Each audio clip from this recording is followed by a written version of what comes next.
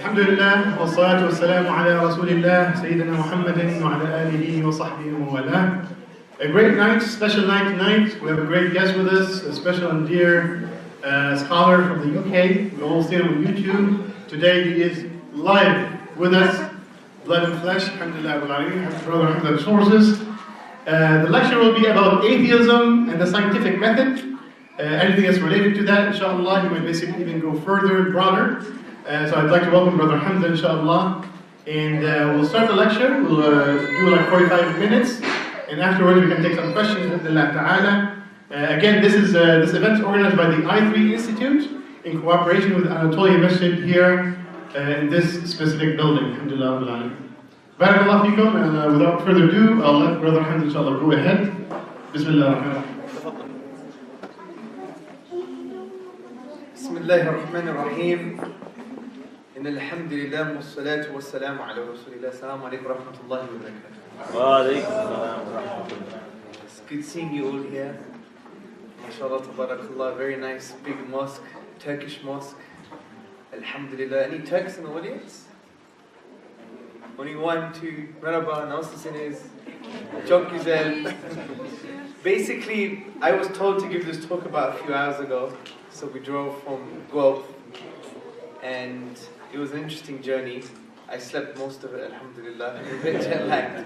So today we're going to be talking about science, atheism, and related topics.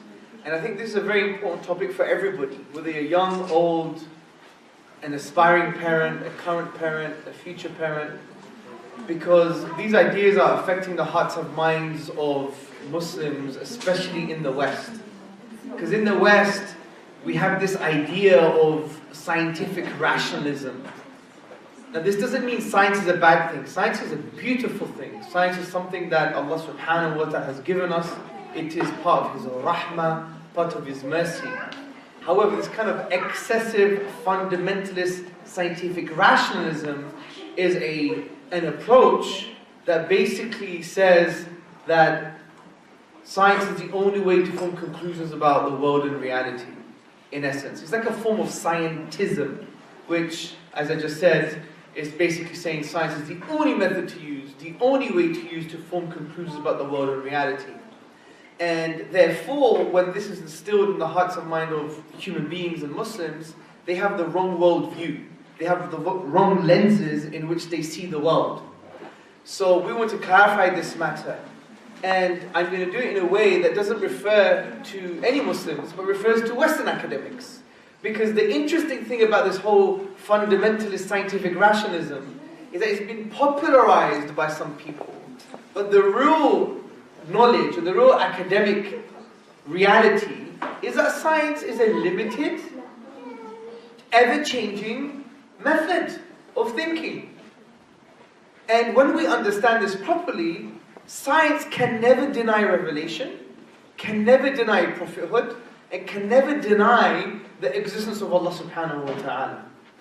When someone claims this, they are number one, lying, number two, they don't know anything about the scientific method, and number three, they don't know nothing about the usul, the foundations of science, or the philosophy of science. The only thing science can do is two things: keep silent on the matter, or suggest some evidence that you may be able to reason upon to infer that maybe there is a designer or creator. But it can never deny the existence of God. Why? Because who is Allah? Allah subhanahu wa ta'ala is one, He's uniquely one, and He is transcendent. Allah says in the Quran, لَيْسَ كَمِثْلِهِ شَيْءٌ. There is nothing like unto Him.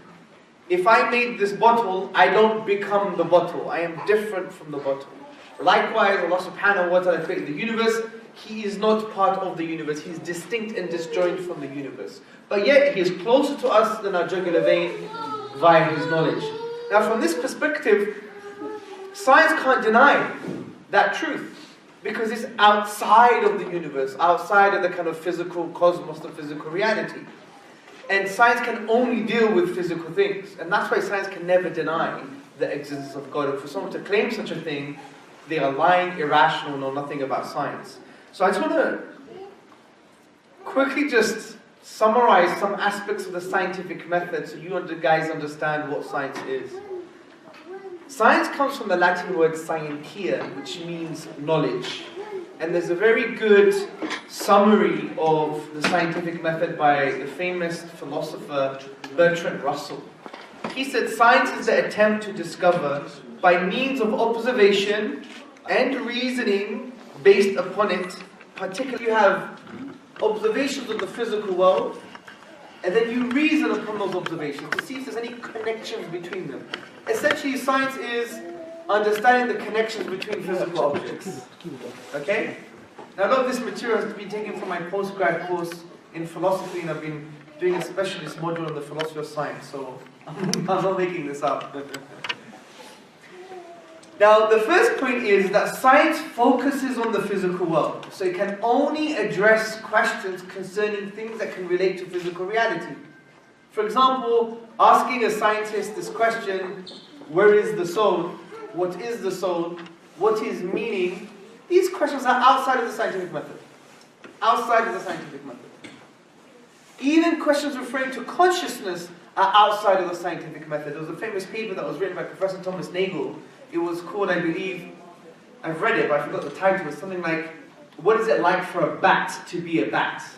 Basically, it was written in the 1970s, and he was referring to the subjective conscious awareness. That when I have some water, Bismillah, that was very nice. There is a inner subjective experience of me having this water. You can never know what that experience is. It's unique to me. I have an internal, unique, subjective experience, also known as a phenomenal state or qualia in language of neuroscience. But ignore that for a moment. The point is, we all have internal, inner subjective experiences. And science cannot understand that, because science is third-person objective data. The subjectivity is first-person subjective awareness.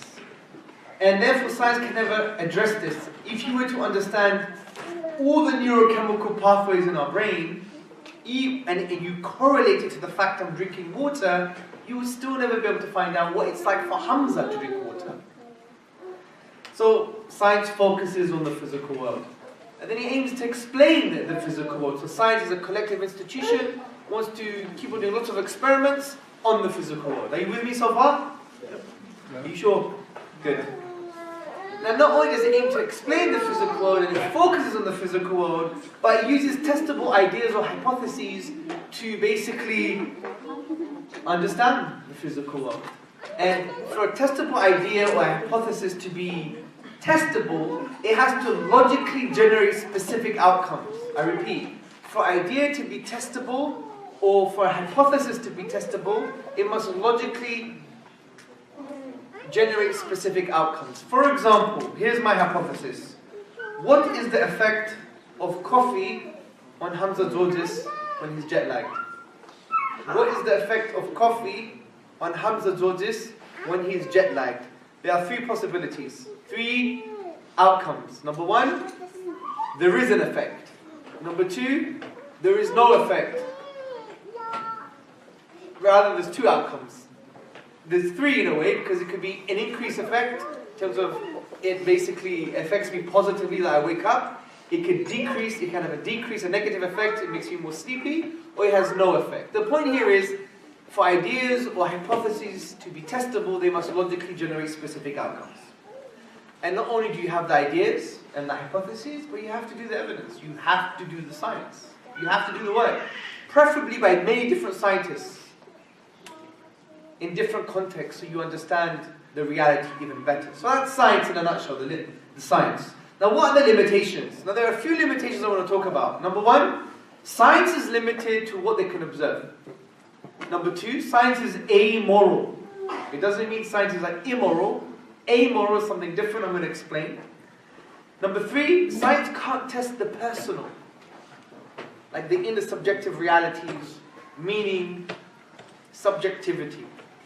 Science can't explain the why, and science cannot explain metaphysical questions. A metaphysical question is a question that is, in a way, referring to things outside of the physical world, or before the physical. For example, does God exist is a metaphysical question. So let's go to the first limitation. The first limitation of science is that it's limited to observations. Now let me ask you a question, brothers and sisters. As a scientist, are you going to have an infinite number of observations? No. Are you going to have all the observations required for the particular phenomenon? No, you can never say such a thing. Because there may be a future observation or another observation you haven't encountered. And you may encounter in the future, and that observation may contradict your previous observations, and therefore your previous conclusions. We've seen this before. In the 1900s, we had a particular view of the universe, that the universe was a steady state.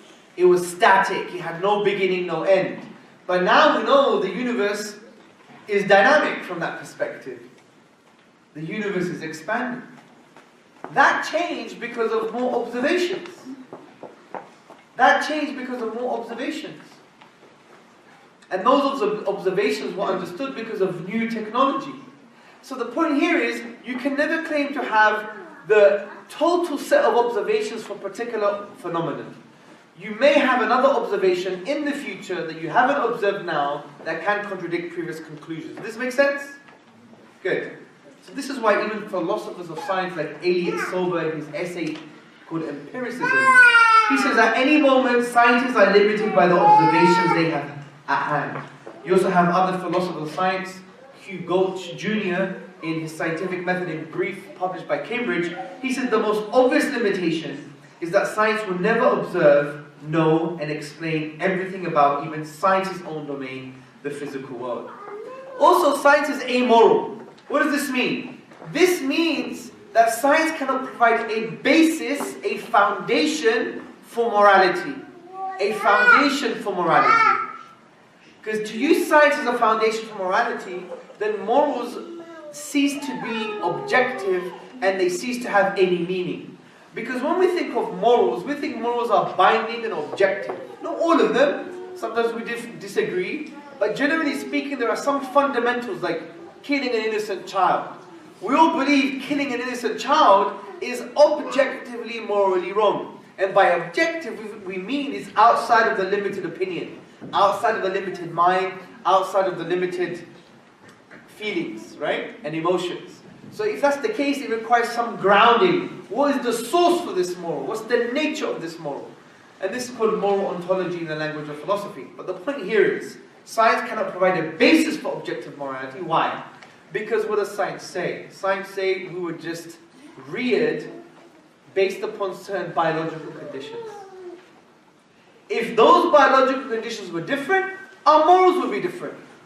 So there's nothing objective or meaningful about them. Even Charles Darwin, in his book, The Descent of Man and Selection in Relation to Sex, he said, if men were reared under precisely the same conditions as the hive bees, there can hardly be a doubt that our unmarried females would, like the worker bees, think it a sacred duty to kill their brothers, and mothers would strive to kill their fertile daughters, and no one would think of interfering. Likewise, if you take this logic, if we were to be reared under precisely the same conditions as the nurse shark, then we would think it should be okay to rape women. Because nurse sharks, according to National Geographic, forces themselves on their mates. So if we're just a byproduct of biological conditioning, then what meaning and objectivity do our morals have? Because our morals therefore would only be dependent on these inevitable biological changes. Another aspect of the limitation of science is you can't test the personal. You can't test the personal. Like even if you were to use words to describe personal feelings, you could still never find out inside them what that really means. Because words are vehicles to meaning. And a meaning is a reflection of what's happening inside you, that internal subjectivity. And that's why you'll never be able to find out what it's like for somebody to really be depressed, or what it's like for somebody to have a hot chocolate, or what it's like for Abdullah to fall in love, or what it's like for Fatima to fix her car, or whatever, right? The point here is, these are inner subjective experiences, and this is called the hard problem of consciousness in the philosophy of the mind. That they cannot access the first-person reality. They cannot access that subjectivity. They may find out some neurochemical firings in the brain and correlate them and see certain patterns, but they will never be able to understand what it is like for that particular conscious organism to be in a conscious state. And this is called the hard problem of consciousness. So science cannot test that person. Also, science can't answer the why. If my auntie baked you a cake now, as a scientist, you can find out what temperature was used, what kind of chemical bonds are in the cake, dipeptide bonds, van der Waals bonds, whatever bonds you have in chemistry. You can find so much stuff, even the ingredients, which is the science. But if I asked you, why did my auntie bake you the cake? How can you use science to find out the why? You can't. It's impossible. The intentions behind that cake, the only way you can find out is by asking her. So science can't really answer the why. Finally, concerning the limitations of science, science can't answer the metaphysical question. Meaning, does God exist? Like we discussed this already. But basically what we're saying here is that since science focuses on the physical domain, the physical processes, the physical empirical realities, then science cannot deny the existence of God. It's de-scoped, it's outside of the scientific method, this question. It could stay silent on the matter. It could suggest some evidence that you could infer upon to conclude there is a designer or creator, but it could never have any positive evidence to deny the existence of Allah. This is impossible. Because it's like having two rooms, and you only observe one room, and in this room you say there are 100 chairs, and then just because there are 100 chairs in this room, you say there are no chairs in the other room. On what basis? So that's why science can never prove atheism, or rather science cannot deny Allah. Even the philosopher of science, Hugh G. Gulch Jr., he says to insist that science supports atheism is to get high marks for enthusiasm, but low marks for logic. Now I want to focus very quickly on the philosophy of science. I don't want to get too much detail. I could talk about the hypothetical deductive model, holism. I could talk about inference is the best explanation. I could talk about so much crazy stuff that would make you fall asleep. But let me just focus on one key thing, which is induction. Now, induction is basically kind of the bedrock to scientific thinking. And induction is a thinking process where you move from the specific to the general. You move from the specific to the general. In other words, you move from the limited set of observations to an unobserved thing. You move from the known to the unknown. Let me give you an example. I've observed 1,000 white sheep. Therefore, all sheep are white. I've moved from limited observations, 1,000 white sheep, and I've concluded for the general, they are all white. I've gone from the known, there are 1,000 white sheep, and I've concluded for the unknown, all sheep are white. I haven't observed all white sheep. And this is called probabilistic reasoning. It's not deductive, meaning it's not certain, it's uncertain. Because there may be a future observation that denies your conclusions based on that limited data. For instance, you've seen 1,000 white sheep and you conclude all sheep are white, then you go to Europe and then you see a black sheep. So therefore, all sheep are not white. Do you see? So from this perspective, the whole of science, generally speaking, is based on this thinking. You have limited observations and you conclude for the general. This is why you will never be able to have certainty in science. You're not supposed to have certainty in science. That's the beauty of science. It's supposed to change. There's no such thing as certain facts. Yes, there are scientific facts, but the F is italics. It's not bold. And it's in grey colour. Because there is always a possibility of a paradigm shift, radical change, new observations in the future. And that's why we need to be very careful when we understand science. And this is why the likes of David Hume and many others, old philosophers of the West, they concluded that you can never never, ever, ever claimed certainty using science. Now you may think, but Hamza, science works. It works. We have the iPhone, the iPad, we have computers, we have cars that can drive themselves. We have amazing things, we have keyhole surgery. Science works. I don't care about your problem of induction. I don't care that science doesn't lead to certainty. I know it's certain because it works. Now this is what you call a Richard Dawkins argument.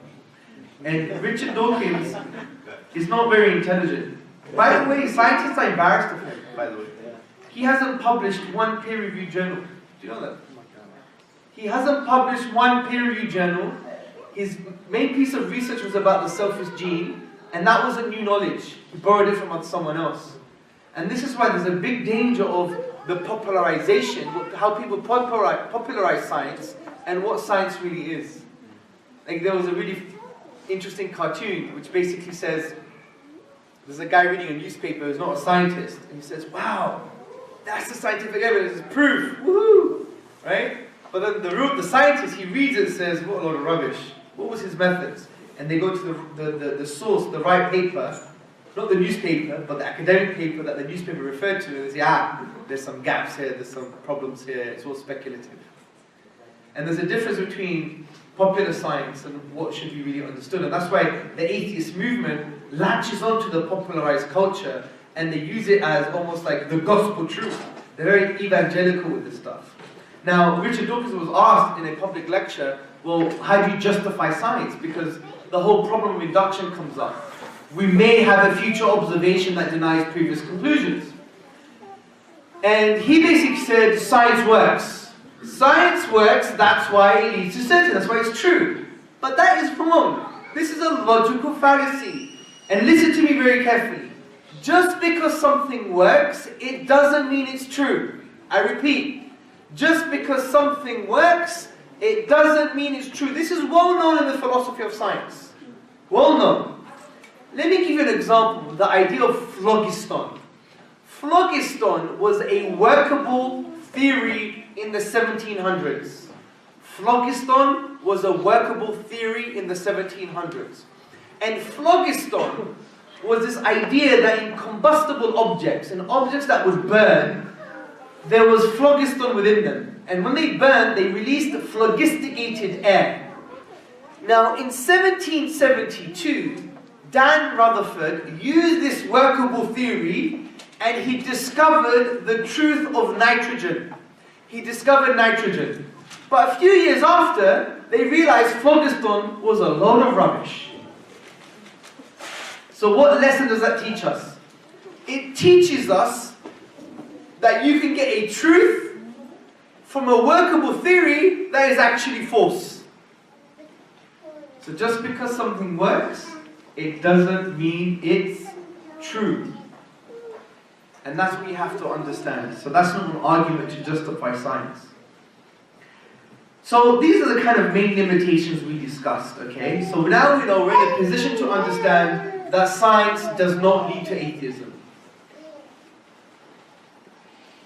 But what I'm going to do now is show to you that the assumptions of science leads to Allah. The assumptions of science leads to Allah. Let me explain why. In order for you to do science, you need two things, brothers and sisters. Because all theories, all approaches have assumptions. In order for you to do science, you have to do two things. You need two things. Number one, a mind that you can trust. A mind that you can trust. If you never trust your mind, you can't do science. Because you can't trust your reasoning upon the data. You'll always be in doubt. So you need a mind that you can trust. Cognitive faculties that can lead to the truth. Yeah, they may get it wrong sometimes, but ultimately they can lead to the truth. You have to have a mind you trust. Cognitive faculties that you trust. That's the first assumption. The second assumption is that you believe, and we believe, that the universe is intelligible. Meaning the universe has some form of order. It can be rationalized. It can be understood. So these are actually the assumptions of science. No one disagrees with this, by the way. From Dawkins to Hawkins to Krauss to a mouse. Everybody agrees that these are the assumptions of science. You have to trust your mind. You have to have a mind that you trust, rational faculties, cognitive faculties you can trust that can lead to the truth. And you need an intelligible universe, which is a universe that's ordered, a universe that can be rationalized. So without getting too complicated, how do you best explain these assumptions? How do you best explain the fact that we need minds that we trust to do science, and we need a universe that is intelligible? How do we best explain this reality? Because under atheism, you can't explain nothing.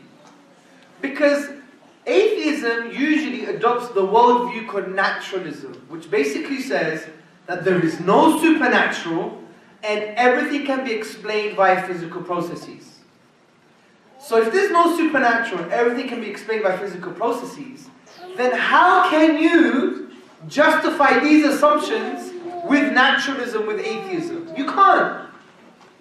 Because you're basically saying your rational faculties came about as a result of non-rational, cold, blind, random physical processes. That's what they're saying. That's what they're saying. That your rational faculties that you trust, your mind that you trust, which is a necessary assumption to do science, just came from cold, non-rational, random physical processes. To believe in such a thing is like believing something could come from nothing. There is an Arabic saying that basically says, I cannot give you something that I don't have. I cannot give you something that I don't have. If I have $10, I can give you $10. If I don't have $10, I can't give you $10. So if matter doesn't have rationality, if matter is cold and non-rational, if physical processes are cold and non-rational, how can they give rise to rationality? How? Do you see the point here? So science can't even justify, rather not science, atheism and naturalism can't even justify the needed, necessary assumption to do science in the first place. The minute you open the door to the house of science, God is required. Because you need a rational mind that you can trust, a cognitive faculty you can trust, in order to do science in the first place. How do you best explain these cognitive faculties? It can't be by naturalism that everything is explained by physical processes. Because from non-rationality cannot give rise to rationality. Now there is an argument though. They may say, hold on a second, our rational faculties came from natural selection, from evolution. This is rubbish. Absolute bakwas, as they say in Urdu, yeah? It's rubbish. I tell you why. Because natural selection is about survival, not truth. Natural selection doesn't care about truth. Now they may argue, but if you know the truth of your environment, you're more likely to survive. There's nothing necessary about this though. Because you can have false beliefs that lead to survival. For example, if I'm living in the jungle, and I believe the false belief that all mushrooms are poisonous, do I survive or not? I survive. Because I don't eat the poisonous mushrooms. There are some healthy mushrooms, but I don't have to eat them anyway, I can eat something else. So you can have the false belief that all mushrooms are poisonous, and it leads to survival. Like Professor O'Brien makes this point. And he says, well, there's nothing necessary about natural selection leading to truth. Because it's about survival, it's not about truth. So what best explains the fact that we have a rational mind that we can trust?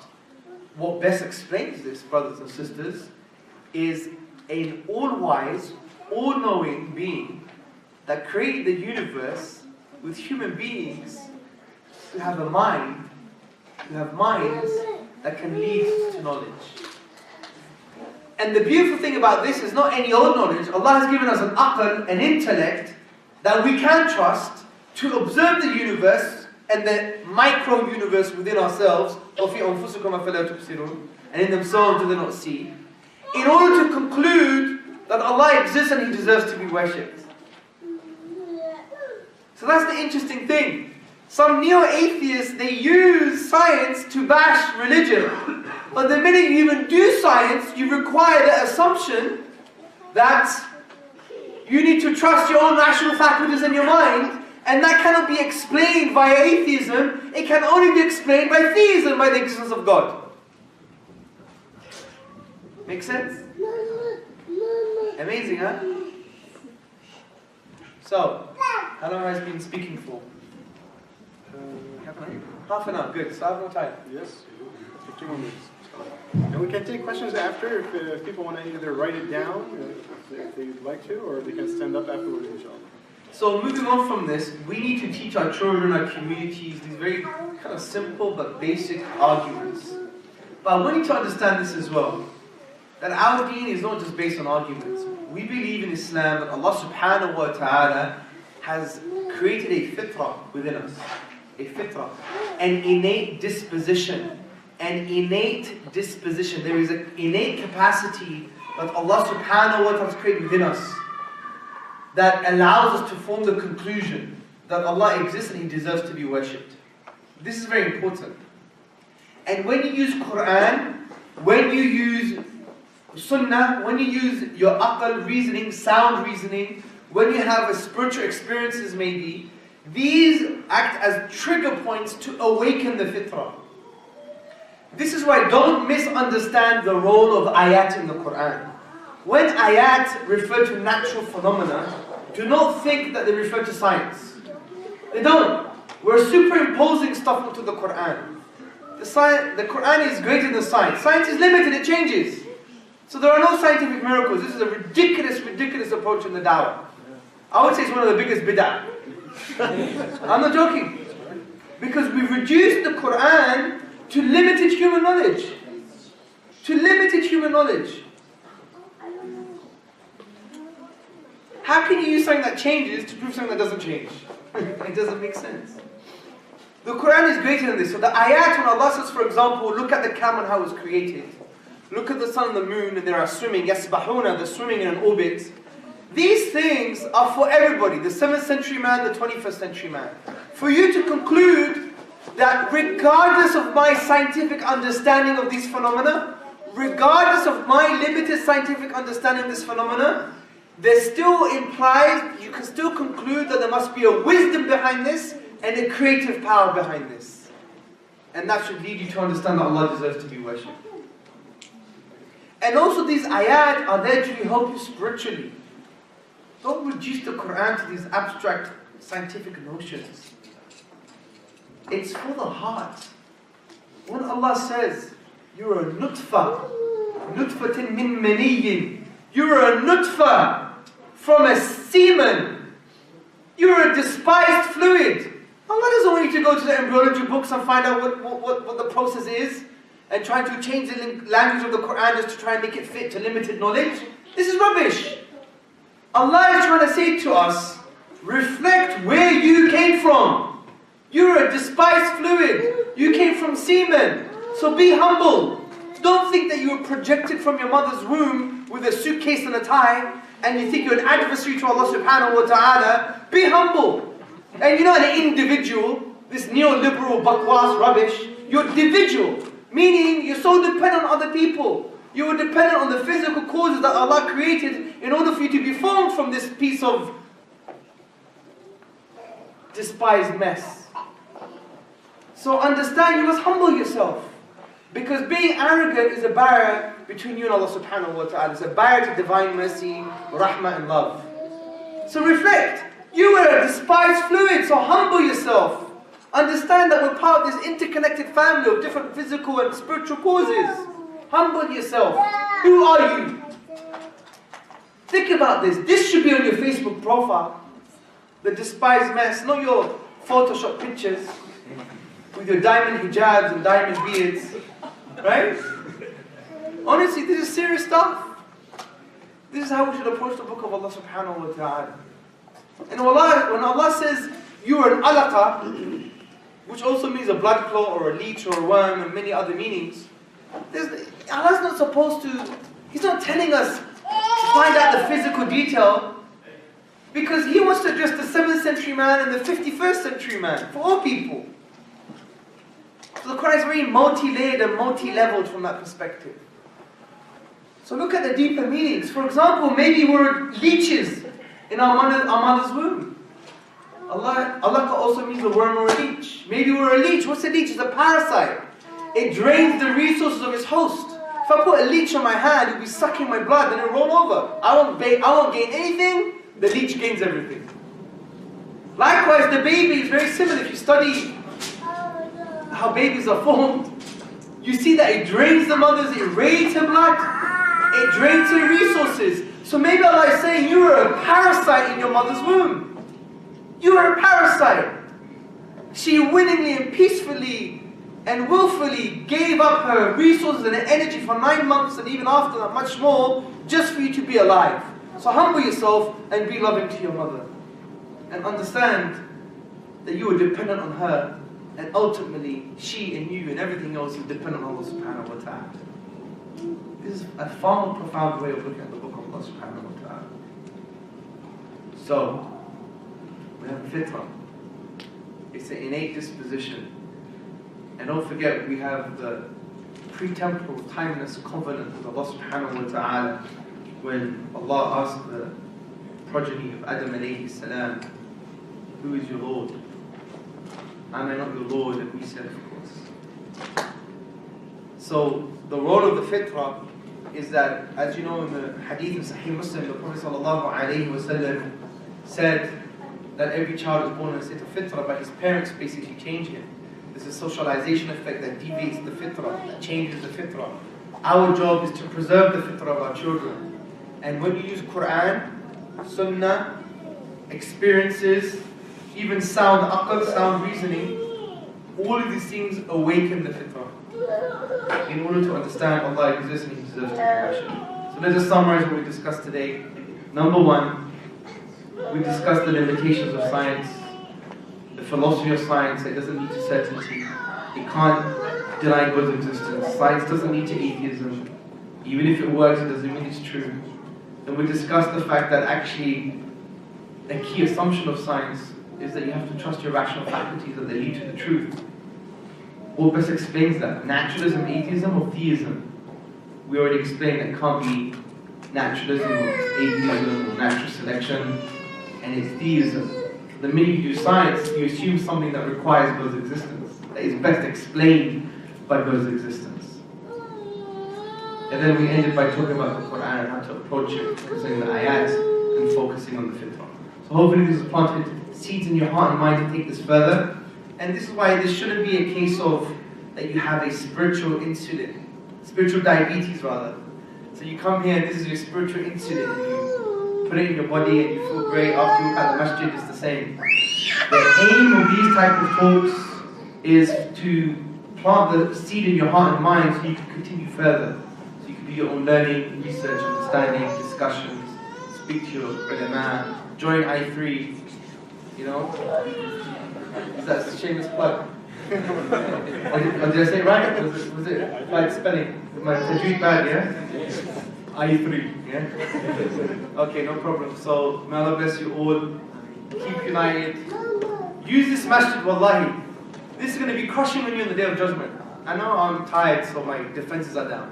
But this masjid would crush on your heads on the Day of Judgment. Maybe, metaphorically, because you're going to be accountable for it. Honestly, all the money you spent on these beautiful things, pillars, etc., carpets, heating, God knows what you had. We have jacuzzi as well. It's an amazing masjid. MashaAllah, tabarakallah. But you know, think about this. If the Prophet ﷺ was alive, and he was given money, and he was given the choice to add a nice carpet and some pillars, or to use that money for the da'wah, what would he do? You tell me. Do you have minarets, by the way? No minarets on this message. Ah, that's good.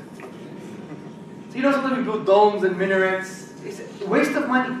I don't think there's any base in our Islamic tradition to have dome with minarets. Wallahi, the masjid of the Prophet ﷺ, you wouldn't even sleep in. You wouldn't put your dog in there. That's how messed up we've become. So when you look at this bricks and mortar, it's fantastic, we need it, it's good for the youth, for facilities. But don't underuse it, brothers and sisters. Use it. And if it's been underused, then account the committee. I'm not trying to create fitna here, by the way. You do it with rahmah and love. You do it with rahmah and love. And in privacy. I love you. We love you. You're our leaders. We want you to be our leaders. But you know, we've got such an amazing space. The sisters want to do private halaqat or something, or they want to do something here, or the brothers want to do something here. We want to do a da'wah course, or we want to, bring some non-Muslims for open day. We've got an amazing hall here. Let's do some food. Let's do some exhibition. This is a perfect space. Use it. And it's very important to have that mindset. 80 years after the death of the Prophet ﷺ, and the death of the Prophet ﷺ, the ulama are united on the fact that the greatest calamity of the ummah was the death of the Prophet ﷺ. Now, 80 years after his death, where were we? We were in Multan, in Pakistan, and we were in Spain, spreading the peace and harmony of Islam. And it was 82 years after his death, sallallahu alayhi wasallam, that the Muslims decided to fix his mosque. It was still dripping with water. This means that the early Muslims had the right mindset. It wasn't about buildings and pestle and mortar and bricks. It was about developing people of substance. And yes, you need the bricks to develop people to keep them warm, especially in Toronto weather. But I'm trying to plant something in your head to understand the vision. Okay? And do with love, do with rahmah. As the Prophet said to Aisha, "Oh Aisha, be kind, be compassionate." If there's compassion and kindness in something, it elevates it. If you remove it, it degrades it. Anyway, Jazakallah khairan, man of bless you. Assalamu alaikum wa rahmatullah. Hamza, may Allah bless you, Allah khair for this great speech and inspiring, mind-stimulating lecture. Now we're going to open it up basically for questions. If you'd like to ask questions, you can raise your hands. I might give you a couple minutes to basically start thinking about it. I might start with a question myself. So today in class, in the I3 class, in the Young Guy program, we were discussing just evolution and the scientific method and all that kind of stuff. And one of the questions that one of the students were asking, we had a long discussion about it, is how do you when you debate with an atheist, what would be the proper arguments to really discuss the whole issue of the evolution of species? Especially when we're talking about basically the apes to the human, or pre-human to human. And what is the scientific evidence that's there, and what is the theory from the science really there? That might be a big question to show inshallah. Bismillah, it's a very good question. Firstly, you shouldn't really debate anybody. Debates have their place in a certain social context, but generally speaking, you don't debate anyone, you have good discussions. Like when Allah says, and debate with them in ways that are best, jadilhum, debate with them in ways that are best, Jamakhshari said this is without any gruffness, with no harshness. Okay, it's very important to understand. Now, concerning evolution, firstly, evolution doesn't deny God's existence. Right? We have to understand this. Evolution doesn't have a foot in the door. It comes like millions of years after, or even billions of years after, right? Concerning the initiation of the cosmos, or, the foundational laws of the universe. Now, evolution is actually not a problem at all. If you understood what we learned in the first 10 minutes of this presentation, science is limited, the problem of induction, there may be a future observation that denies previous conclusions. If you understand this, and you know that just because something works, it doesn't mean it's true. Even if something has predictive power, it doesn't mean it's true. Because many force theories have great predictive power sometimes, according to Professor Elliot Solomon. So once you understand this, all you need to say is this: evolution is the best that we have, right? It doesn't mean it's the truest. Because currently, according to the scientists, it's the best that they have. Okay? It doesn't mean it's the truest. It doesn't mean it's the truth. So as the Muslim scientist, you could accept the framework, the model, because frankly, there is no other alternative at the moment that gives predictions. Let's be fair. Even intelligent design doesn't give predictions. So scientifically, it doesn't have the same value. So they have this theory of evolution. Accept it from a limited human scientific perspective. You don't accept it into your aqidah or your creed. No. You play with it, see what happens, and you know that it doesn't mean it's right. That's the easiest way of putting it. So when someone says theory of evolution denies your book. You say, no, it doesn't really, because where does the theory of evolution come from? It has a philosophy, the scientific philosophy, problem of induction. Is it certain? No. Is it 100% fact? No. My book is. I have reasons for that, and I'll show you. And that's it. There's no need for reconciliation. That's the easiest way of doing it. Now, to go into the science could end up being embarrassing, because you have almost like a consensus of scientists that agree with this perspective. And what you need to understand as well is, even within the theory of evolution, there is ikhtilaf, there is huge differences. They're moving away from the tree of life, now they're going to the bush of life. Honestly. Then they got issues with genetics, epigenetics, horizontal gene transfer. Lots of things are changing now. And key things in the theory of evolution. But as a whole, I wouldn't say deny it scientifically. You could deny it creedally and philosophically, because you know you have another source of knowledge, which is the Quran, and you accept it.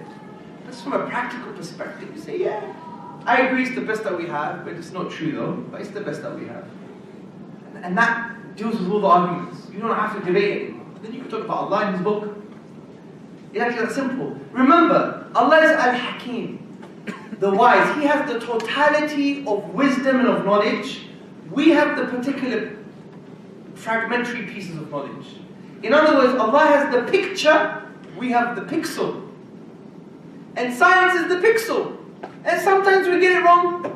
And we've seen in the history of science, we've got it wrong so many times. So why do you think this Darwinism thing is going to be wahi? It's haq. It's not. It's the best that we have practically. There's no current alternative that has strong predictive power.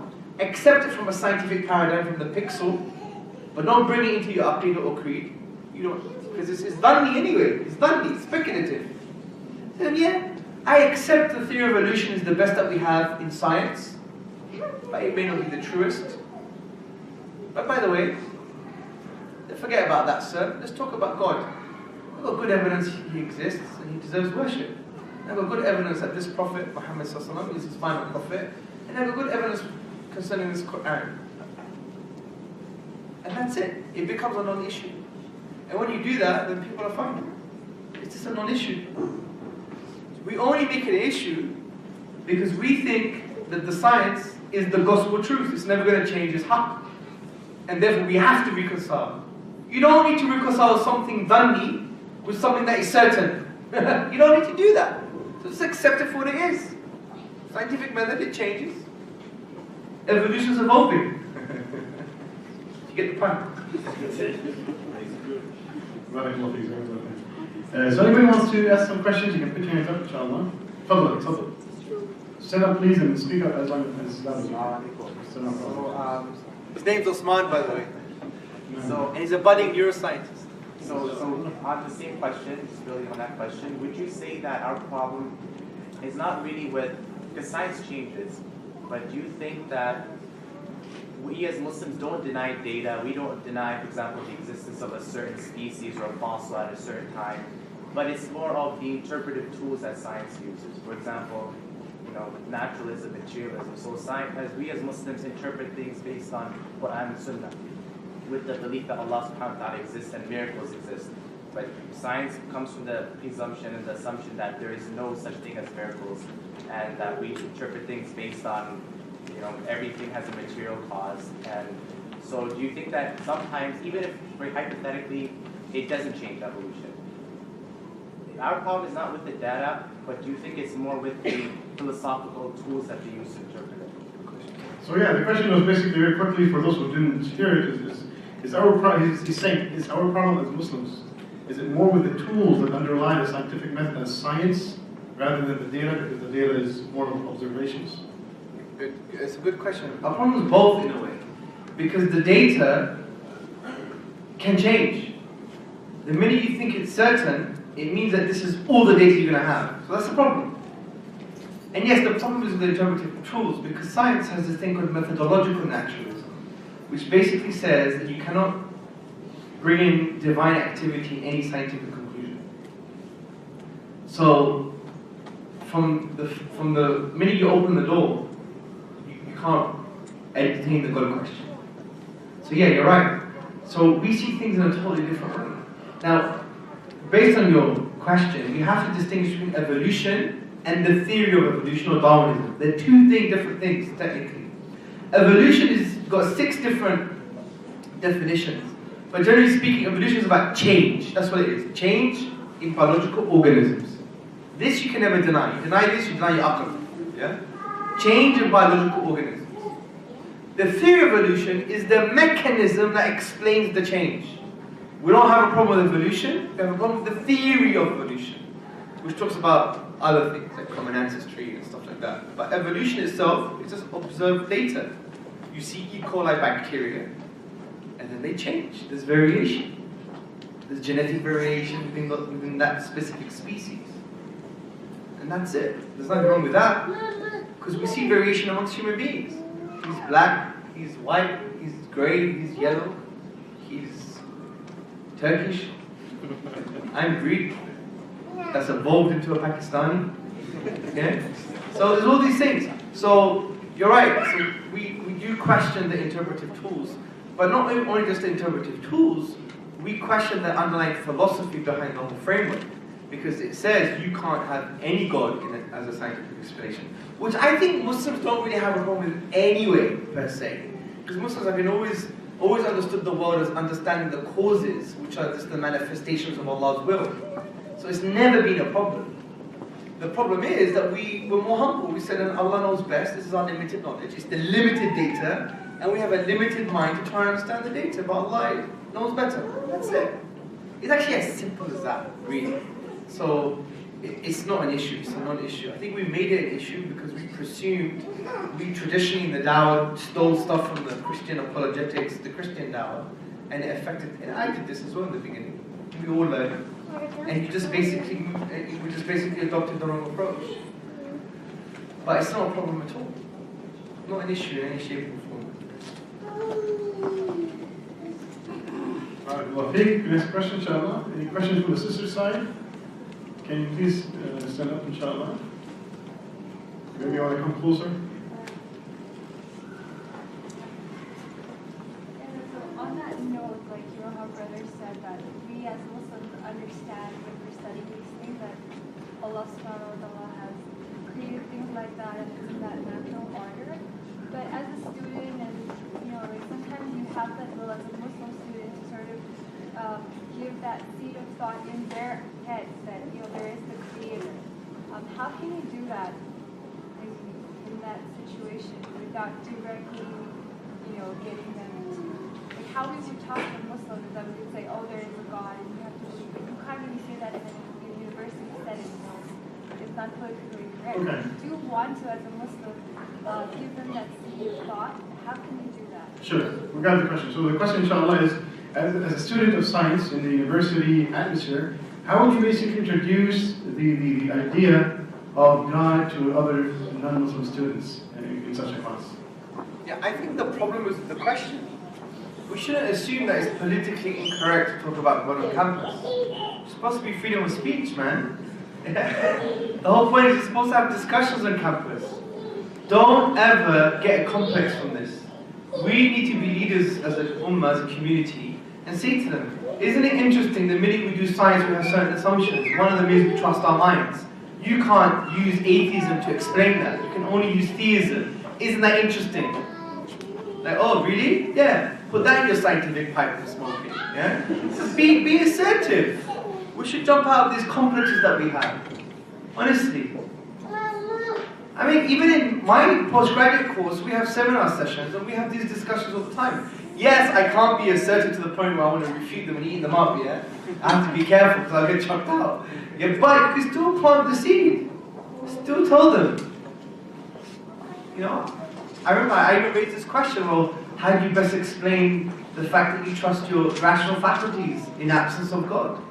Oh, we have natural selection. Oh, that's very interesting. But isn't natural selection just about survival, not truth? And we could have false beliefs that lead to survival. And he was like, oh yeah, that's true. And I just changed the subject. Plant seeds. Just plant seeds.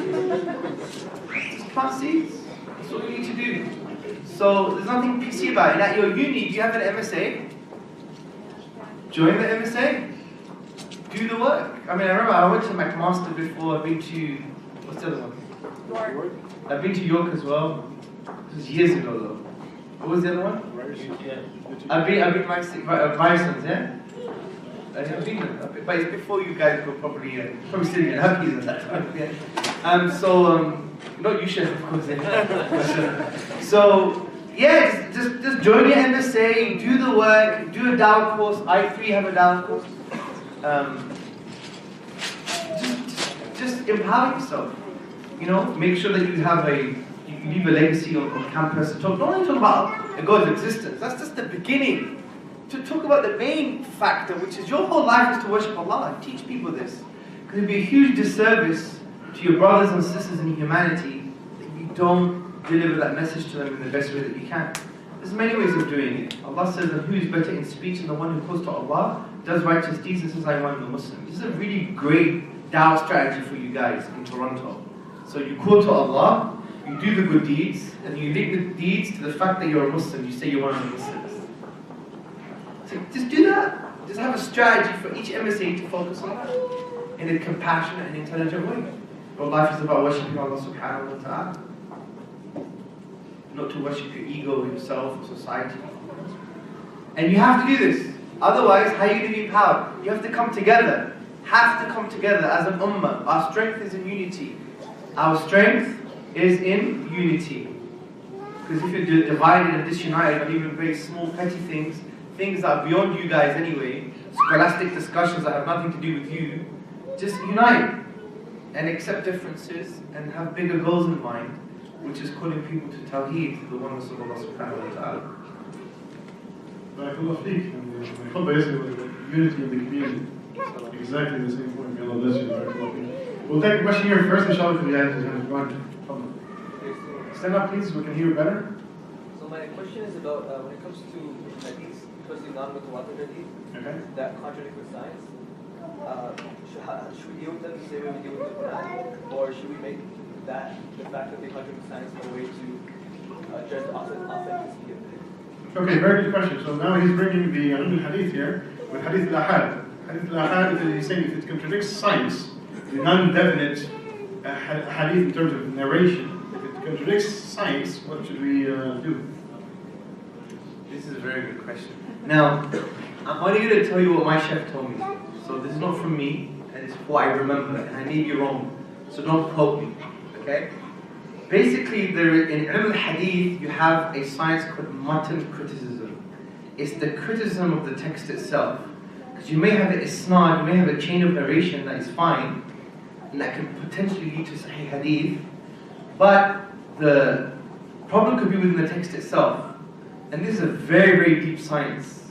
Very deep science. To the point where they even talk about the linguistic genre.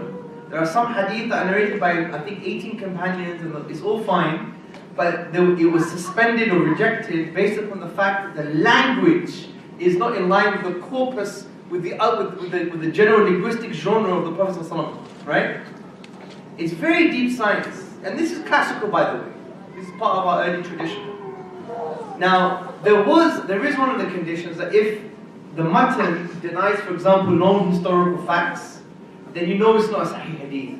I believe there was a sahih hadith, or rather the chain was fine, but there was a matan that basically said, matan means text, basically said that whoever sneezes is a liar. And then the ulama said, we know this is not true, so they just rejected it, based on matan, based on what the text said itself. Now the problem I have, and many ulama have, and I'm not putting my name next to ulama deliberately, that wasn't the intention. But the problem here is that you can't deny a hadith, in my view, just because there's a current scientific statement that contradicts it. Because you're assuming the science is a fact. And you can never say that. There could be a potential future evidence that denies previous conclusions. And what you should do first and foremost is something called reconciliation. In absence of that, potentially what some ulama would do is not to reject it, but to suspend it, saying we don't understand it. And many ulama would do this. They would say, it's a hadith, it's sahih, but we don't understand it. But to reject it just because you think something scientifically is true, that's ridiculous. That would open the door to hadith rejection on mutawatir hadith as well. Yeah, and it would lead to the rejection of Quran. And it will lead to modernism, lead to liberalism, lead to kufr, yallah. We've seen it. We've seen it in London and England, in lots of places. We've seen it. People have, it's slowly, Shaitan plays with a small hole and he makes it big, doesn't he? So just be very careful. But there is a precedent in our tradition where if some hadith go against, like, for example, direct observation, if a hadith said there are no trees on planet Earth, then okay, let's understand what this means. Try and reconcile, no reconciliation, then according to the ulama, you can suspend the hadith, for example. Yeah? But for it to be more complex theoretical stuff, like maybe on medicine, or maybe on theoretical stuff that requires more evidence and more reasoning, you cannot deny the hadith in any shape or form, because the science might change, even if you think it's true, and even if you think it predicts stuff. So the best that you can do is probably to suspend it, saying we don't understand it. And many hadith, by the way, you think they're scientific, they're not. That's the irony. That there's a famous hadith where the sun prostrates. Right? The sun prostrates. We all know this hadith. I get this question all the time. Oh bro, this is so unscientific. How does the sun obey Allah? How does it prostrate? And I'm like, you silly boy. Why on earth do you think this is scientific hadith? When was the last time you saw the sun with arms and legs and a head to do sajda? You don't know the kayfiyah, you don't know the howness of what's going on here. Some ulama say it's because the sun obeys the laws of Allah subhanahu wa ta'ala that He placed. Everything obeys the will of Allah. Willingly or unwillingly, right? So the point here is maybe it's the sun, the prostration is the obedience to His laws, for instance. Do you see my point? We superimpose a scientific paradigm, and that's the problem. And the problem with understanding hadith and Quran is the problem of bringing baggage to hadith and Quran. We bring baggage to it, isn't it? And that's why the people of ulul albab, the people of lub means basically coming to something with no previous baggage, with purity. That's pure reason, pure rationality, not with any kind of intellectual social baggage. Allow the Quran to speak to you, allow and understand it properly. We superimpose reductionist, empirical, scientific paradigms on it. And that's where sometimes we don't understand it. So, yeah, when it comes to these kinds of hadith, but obviously always go to a scholar. Always, for sure.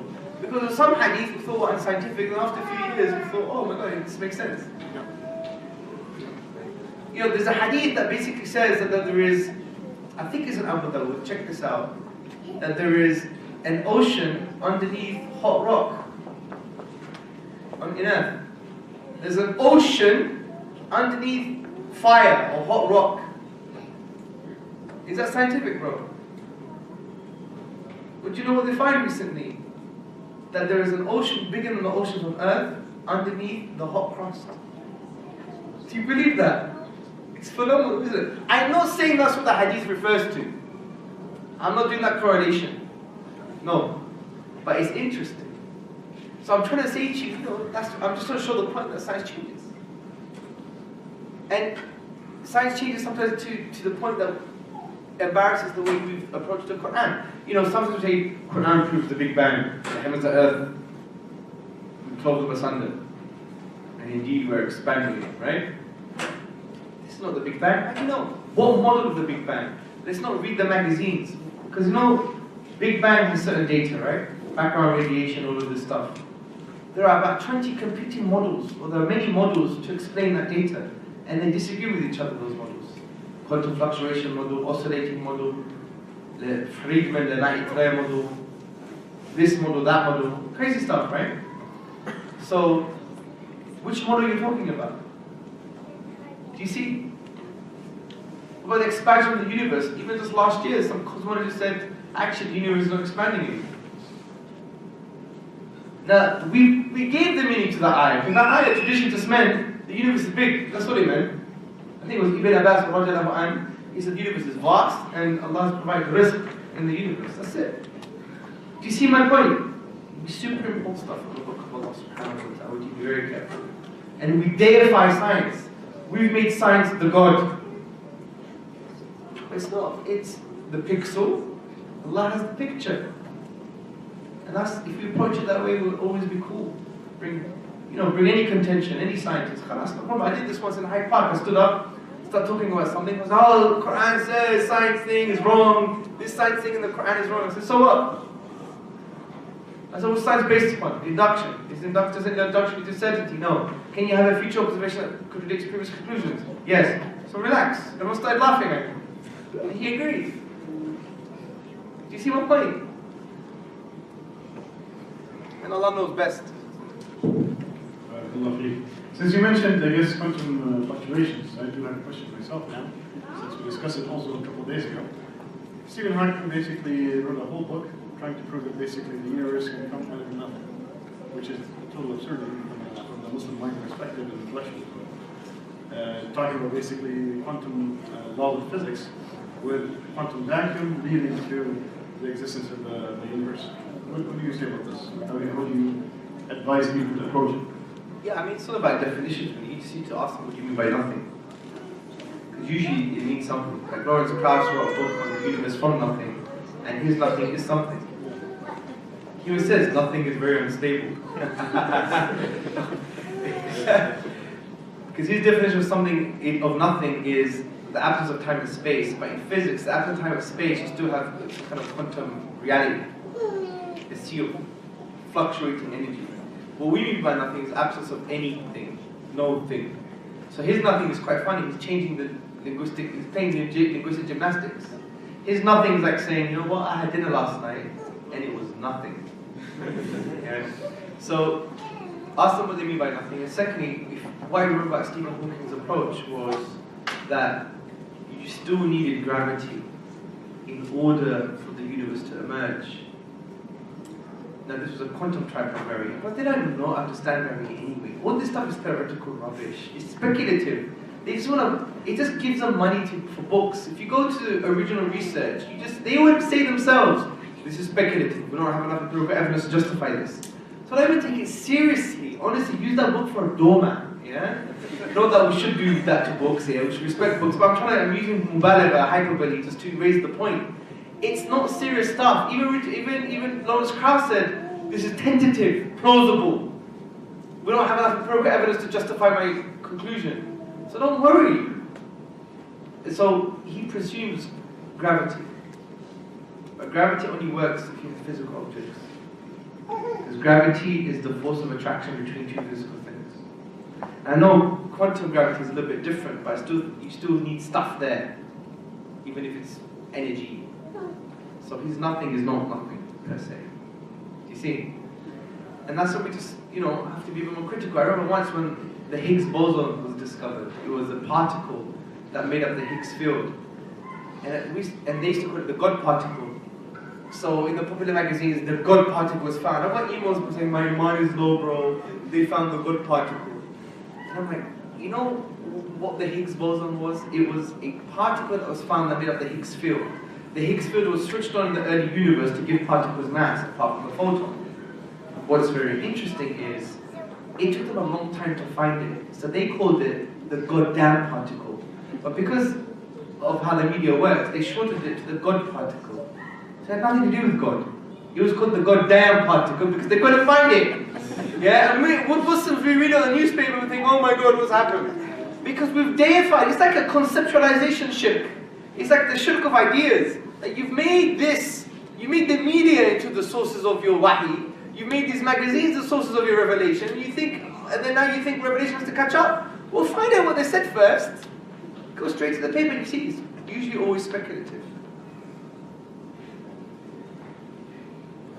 The question, I will take this first because we saw the hand first, inshallah. Again, I will take the sister question next. Go ahead. I have two questions, if that's okay. The first question. One question, You're greedy with your questions. It's very short. Go ahead. One question. So the first question, is it possible if you can expand on the philosophy of science? And the second one, when it comes to epistemology and gaining knowledge, you have testimony and observation. If we say observation is limited, and it is limited, and we say testimony is only valid way of source of information unless it's mutawatir, that can lead to skepticism. So how can we cut that off from the source?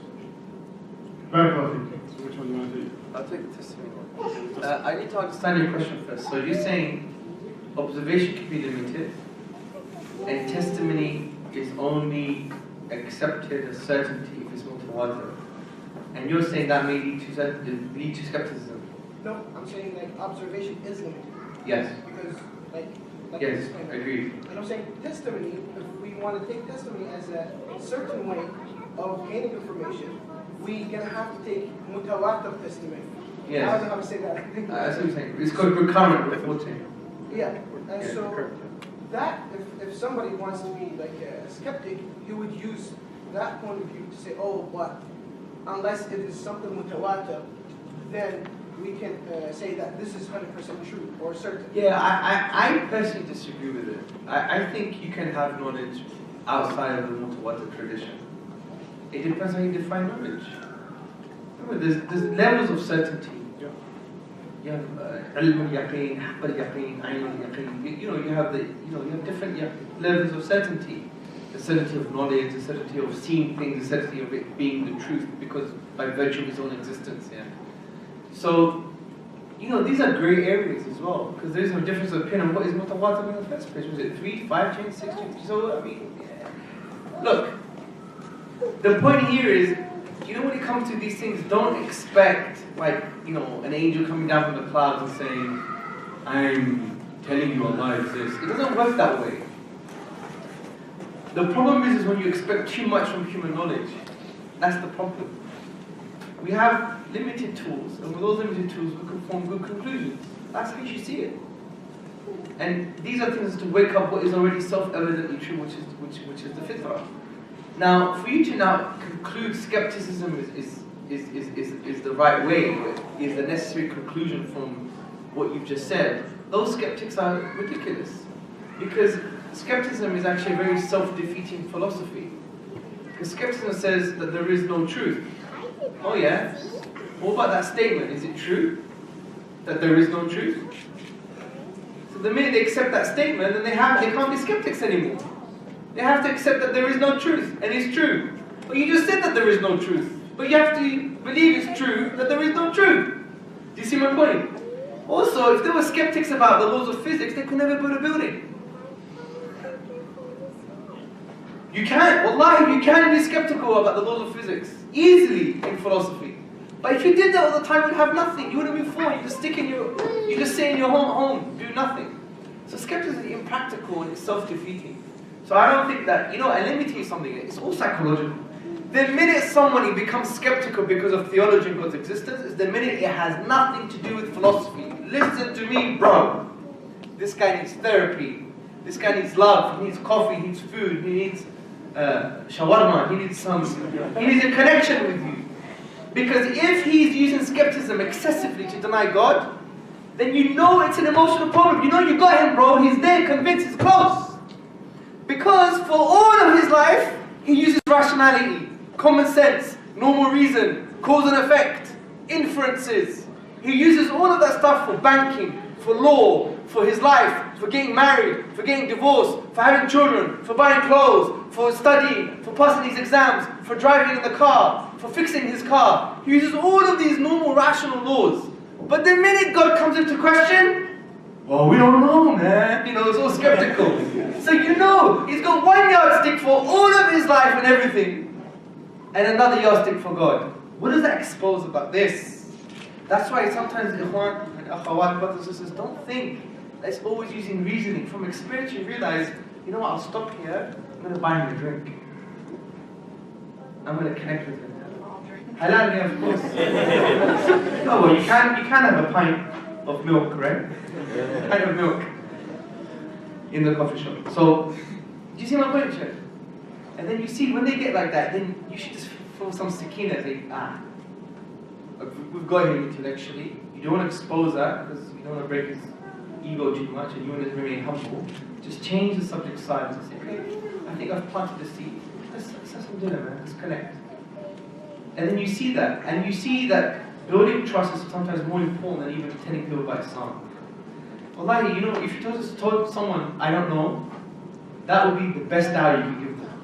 Because many Muslims don't know how to say that, because we're mad. We think we're we should become quantum physicists overnight, biologists, physicists, philosophers, we know all the answers. This is rubbish. Just convey that which you know. Don't make things up. See, you don't know. If you don't know, ask those who know. Khalas. And building trust is so important. Absolutely important. The Prophet had a mushrik in his house. A polytheist. He gave him 7 bowls of milk. And in the morning, he had 1 bowl of milk because he became a Muslim. I believe if the mushrik asked for 70 bowls of milk, I think the Prophet would have given it. So the point here is he built trust, connected with people. When was the last time you had a non-Muslim in your house having dinner? Do you see my point? So these things are emotional for them, and you see it.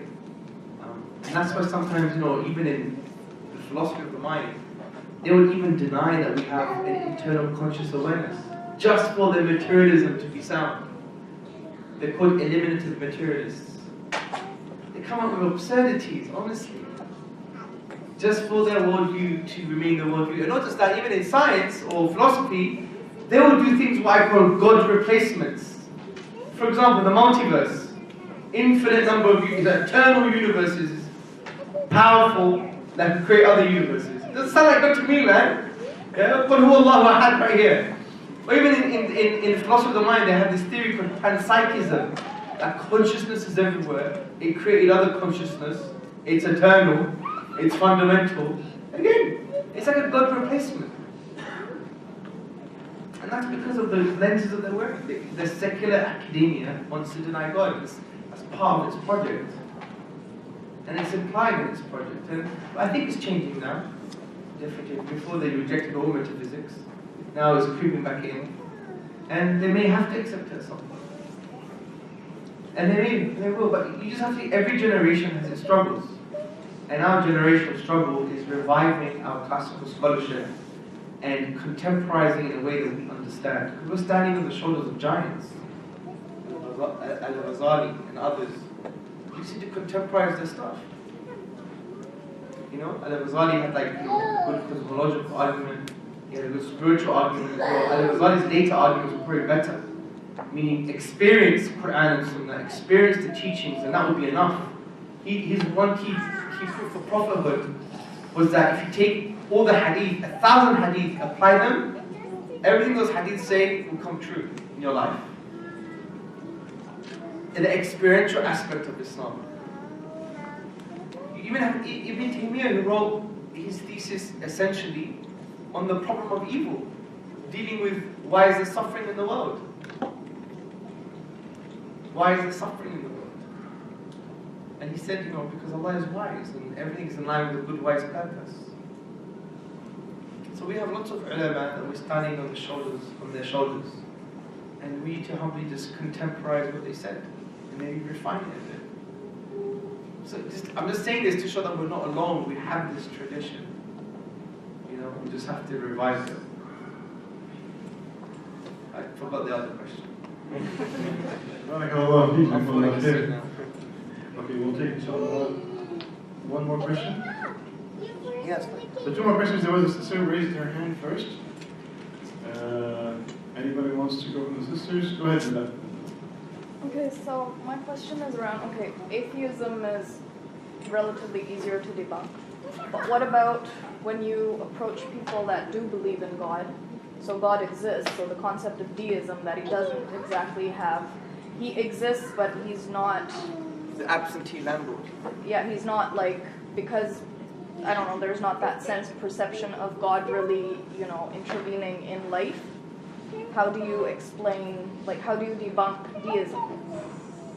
Not even agnostic, basically. You're saying you do believe God exists, God's there, he's distinct from us, he is one, but he has nothing to do with the planet, and he's not intervening in life. Very secular. He's... All right, very lovely. The way I would address this really is 2 ways. Number one, actually just one way. Just show them the Quran. And that's it. They just need to know who Allah is. That's it. Yeah, but they don't believe in that book, so why? Yeah, I know, so show reasons why they should. That's the point. Let's give one reason. Yeah, there's a few reasons, but you need to understand the first point, which is to solve this matter is to make sure that they understand that this book is from Allah. Once they know it's from Allah, then whatever the book says is going to be true. It's like spiritual algebra. If God said X, what's the truth value of X? It's true. X is the unknown, right? Put anything in there. If God says something, then it's going to be true. So you need to say to them, I believe this is what God said. And here are my reasons. There's many reasons. The linguistic miracle of the Quran, the unique structural features of the Quran, the reveals lost knowledge, so many different things. And when you start learning about that, about the book of Allah subhanahu wa ta'ala, including its spirituality, its impact and everything else, you'll be able to say, look, this book is from Allah. You can't be a deist anymore because you know He's announced Himself to mankind. Do you see? Now, there's a good book that you can read and you can share it with your non-Muslim friends. There's an e-book version. If you go to onereason.org/eternal challenge, you could download the book. It's a new book that discusses about 6 to 8 arguments why the Quran is from Allah. So go to onereason.org. Okay, onereason.org. Okay, we'll take one more last question. I think you had your hand up, inshallah. Go ahead. I volunteer with an MSA in a college close by. And I used to teach, I learned it from Yurga, the Dawah. And while teaching it, I faced a question that I couldn't really answer. It's about causality, which is, it went a bit into imagination where if we're saying that we have a beginning, so that we need a creator that does not have a beginning. But what if there's a different kind of beginning for that creator that's different than ours? A different beginning of the creator, other than... A different kind of beginning than what we could understand. Oh, we can't understand, okay.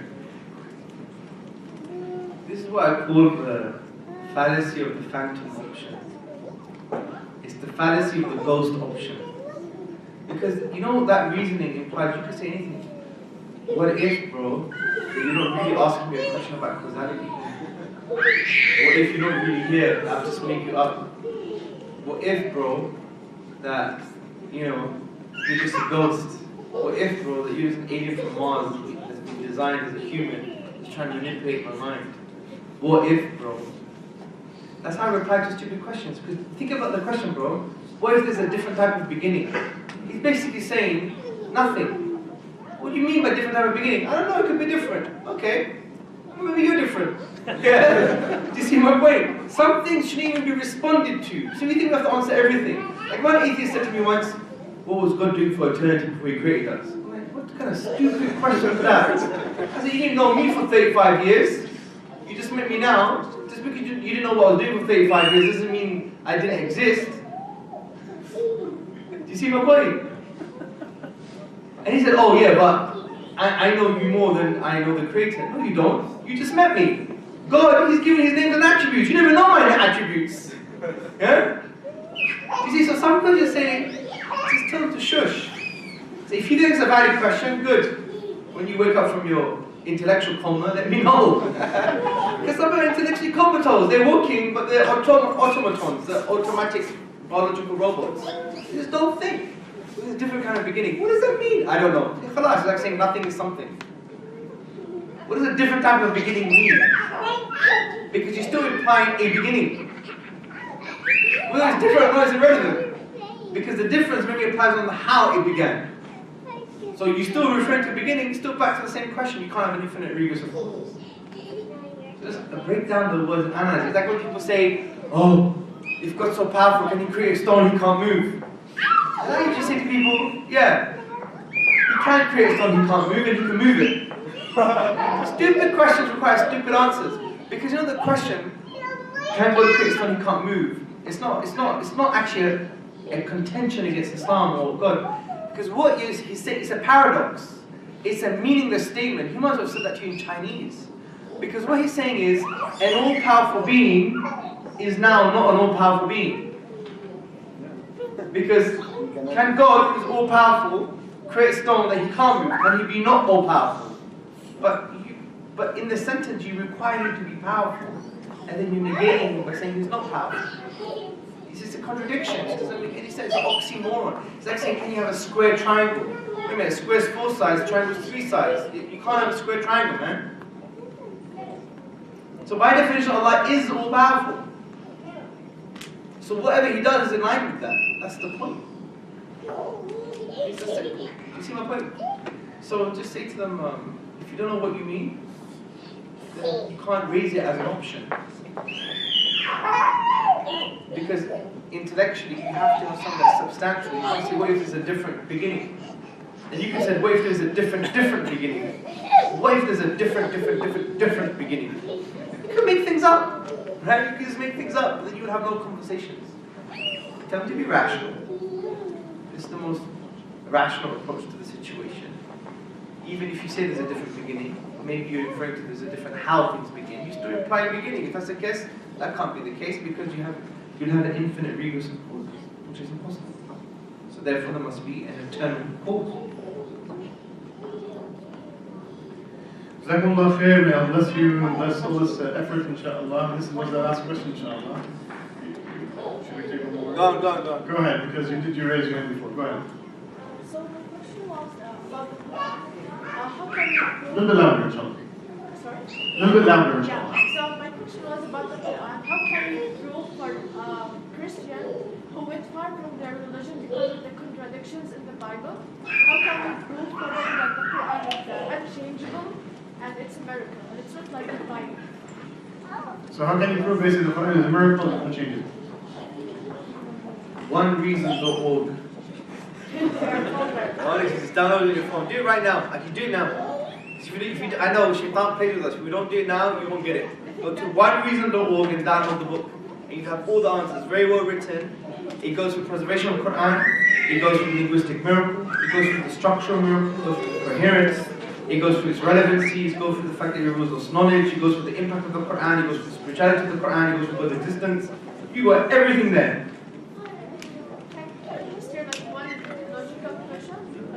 One logical point. Let me think. No, let me think.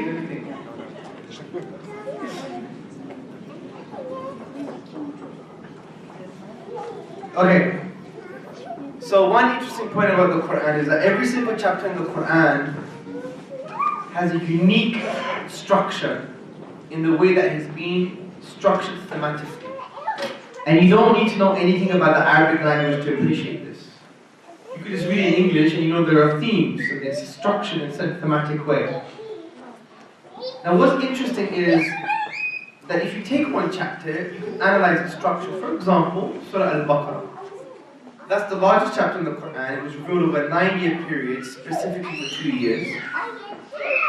More intensely over 2 years. And many of the ayat were revealed for specific times and places. What's interesting about Surah Al-Baqarah is that you have something called ring composition. The way the themes have been structured is like in the ring shape. And ring composition, there's different forms of ring composition, but one form is if you put a mirror in the middle of the text, what's in the beginning of the text is mirrored thematically in the rest of the text. And Surah Al-Baqarah is like that. Okay? So I don't have the board to write, but you have, say, ring, you have a middle theme, where the mirror is supposed to be, then each theme is reflected. So it's a ring composition. And what's interesting, if you look at the middle theme, it's about the present, the changing of the Qibla. Previous to that, it's about the past, after that, it's about the future. And each ring has a ring within it. So one ring has another ring, which is the famous ayah, 255, ayah al-Kursi. And that has a ring structure. If you analyze, it's a shame we don't have a board, but if you analyze ayah al-Kursi, you have a middle theme. He knows what's before them, what's after them. Right? It's the middle theme, and it's interesting before them and after them. And each verse mirrors each other. One's about Allah's creative power, His will, His doesn't time him, no, He doesn't sleep. Yeah? It's a ring. So there are ring structures within ring structures. That's why I say to brothers that you should never give your wife any mahar. Just give her Quran, because you have rings within a ring. So what do you want, sisters? A diamond ring or rings with a ring from Allah subhanahu wa ta'ala, yeah? Okay, but I didn't give you the argument. So the argument is, because many other literature has ring composition, doesn't mean it's a miracle. But the reason this is interesting is because Surah Al-Baqarah and the whole of the Quran was wrote over a 23-year period for specific times and places. Yet it has this amazing ring composition, this amazing thematic structure. And yet many of these verses were for future times. Many of these verses were for specific times and places. This means that the author who designed this must have known the future. And if you know the future, this makes sense of God. So that's one argument that's in the book, but there's more detail in it. Many of our classical ulama talked about this, and even modern Orientalists like Raymond Farron, etc. Sorry, I'm jet lagged and I feel quite, about to collapse. I need some good Turkish coffee. Yeah. Barakallah feek, jazakallah khair. We're going to end it here, inshallah. Big thanks for our brother Hamza, inshallah, who actually accepted our quick and last minute invitation. And a huge thanks for the audience who, within a couple of hours, literally we have over 100 people in this room. May Allah bless you guys. I hope that you enjoyed the lecture and learned something, inshallah. Barakallah feekum. Don't forget, this was a seminar hosted by the I3 Institute and the Anatolia Masjid. Please go to the Facebook and like our pages so you can actually get event notifications. Barakallah feekum again. Sallallahu ala rasulil kareem wa atub da'wana alhamdulillah rabbil alamin. Barakallah. Barakallah feekum.